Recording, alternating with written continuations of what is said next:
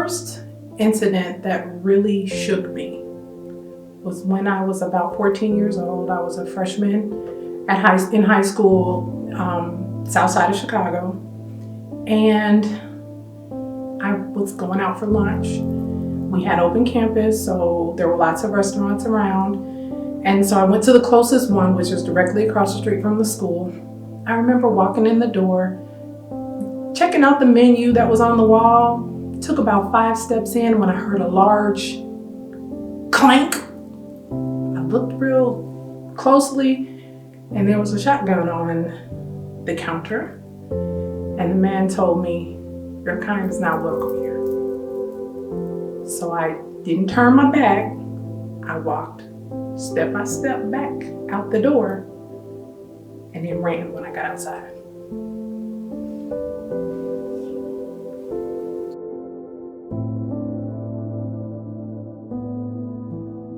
So my initial reaction, of course, was to get away. I was not able to share with anybody for probably maybe 3 or 4 days. And I finally talked to my best friend, who is still my best friend since high school, first day.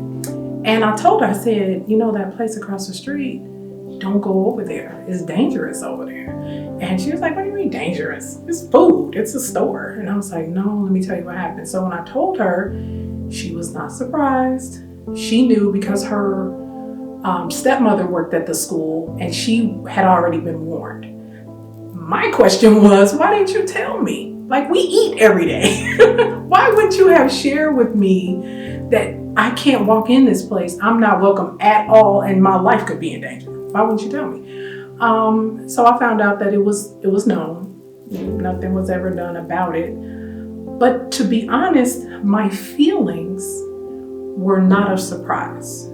And I say that because my entire life, I remember from my grandmother sharing with me how she was treated in Atlanta growing up as a child. My father sharing with me his horror stories of the military. My mom preparing me my whole life for an incident like this. I wasn't surprised, but it was still hurtful. It still was scary.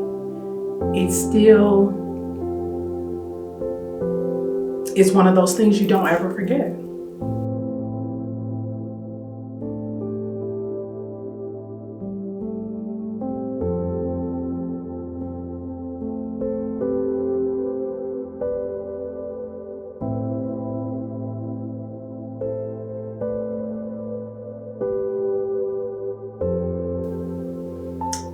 I think just making it through the day leads toward resilience. I think a part of resilience for me is not allowing the pain of the moment to affect how you interact with others.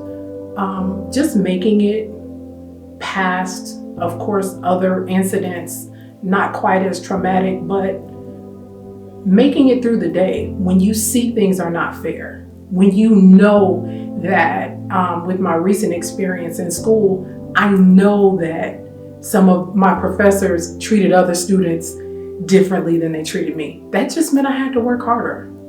That just meant I had to stay focused.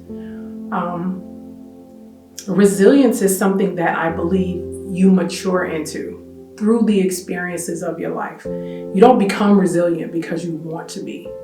You're resilient because you made it.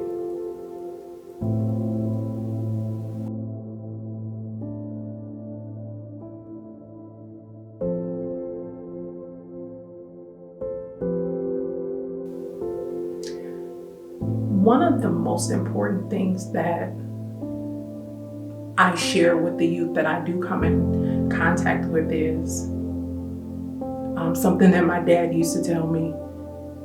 He used to tell me to love myself, and I didn't understand why he would tell me that all the time. Like, "Daddy, I do love myself. I love myself." It's important to know who you are, and that's all of you.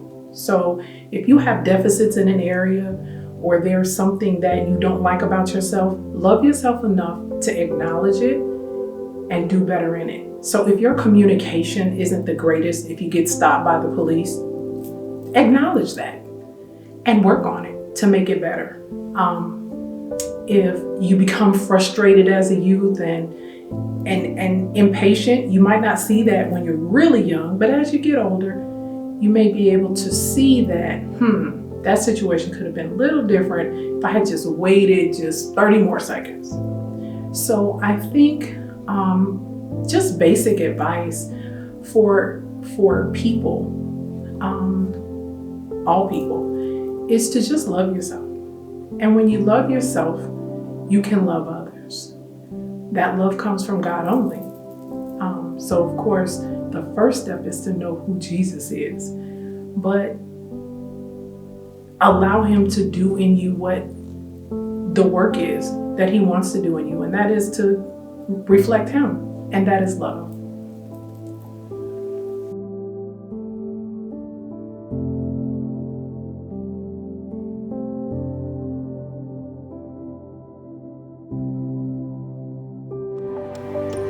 My name is Joy Carol Hights, and I am.